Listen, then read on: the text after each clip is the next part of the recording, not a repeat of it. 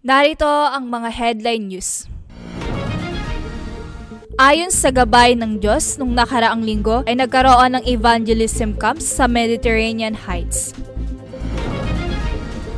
Ang mensaheng ipinahayag mula sa ating pulpit message na nakaraang linggo ay The Garden of Eden Incident and Main Mission mula sa Genesis chapter 3 verse 1 to 6 at verse 15.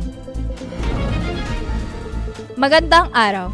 Narito ang OLMC News.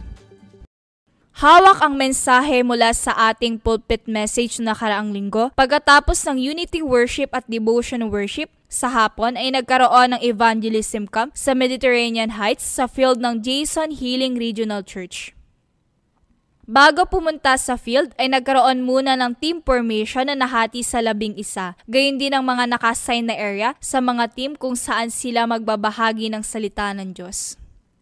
Pagpunta sa field, nagsimulang pumunta ang mga camp team sa mga area na naka-assign sa kanila, kung saan sila ay nag-door-to-door na nagbahagi ng daan ng kaligtasan sa mga nakikilala nila na interesado at nais makinig ng salita ng Diyos at tumanggap sa Panginoon. Pagkatapos ng evangelism camp ay muling bumalik ang camp team sa ating church at nagbahagi at nagbigay ng kani-kanilang forum ang isa sa bawat camp team na nabuo. Pagkatapos nito ay ibinigay ni Senior Pastor Che Taeyong ang mensahe ng pagkilos ng Trinity God.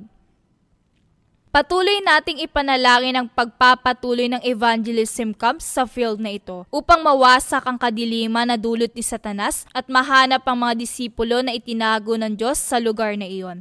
Gayon din, ipanalangin natin na sa pamamagitan ng Jason Healing Regional Church ay tunay sila na maging saksi na ipinapahayag lamang ang tanging Kristo. Ang mensaheng ipinahayag mula sa ating pulpit message na nakaraang linggo ay The Garden of Eden Incident and Main Mission mula sa Genesis chapter 3 verse 1 to 6 at verse 15. Unang ipinahayag sa mensahe ang perpektong pagpapala ng orihinal na tao na tayo ay nilikha ng Diyos ayon sa kanyang imahe. Pangalawa, dahil hindi pinanghawakan ng tao ang tipan na ibinigay sa kanila, kung kaya't ang tao ay nahulog sa fundamental na problema na tayo ay nahiwalay sa Diyos, nahulog sa orihinal na problema at nadaya ni Satanas. Sumunod, bilang pangako dahil alam ng Diyos na hindi kayang solusyonan ng tao ang spiritual na problema gamit ang mga sariling lakas, ibinigay ng Diyos si Kristo na naging tunay na propeta na naging daan upang makatagpo muli natin ng Diyos. Tunay na pari na nagpatawad sa ating orihinal na kasalanan at tunay na hari na nagwasak at nagdurog sa ulo ni Satanas. Pang-apat, mula rito ay kinakailangan nating tamasahin ng pagpapala na tayo anak ng Diyos at kinakailangan nating palitan ang ating sariling pag-iisip sa pag-iisip ng Diyos. At huling ipinahayag sa mensahe, tayo ay tinawag ng Diyos bilang spiritual na misyonary.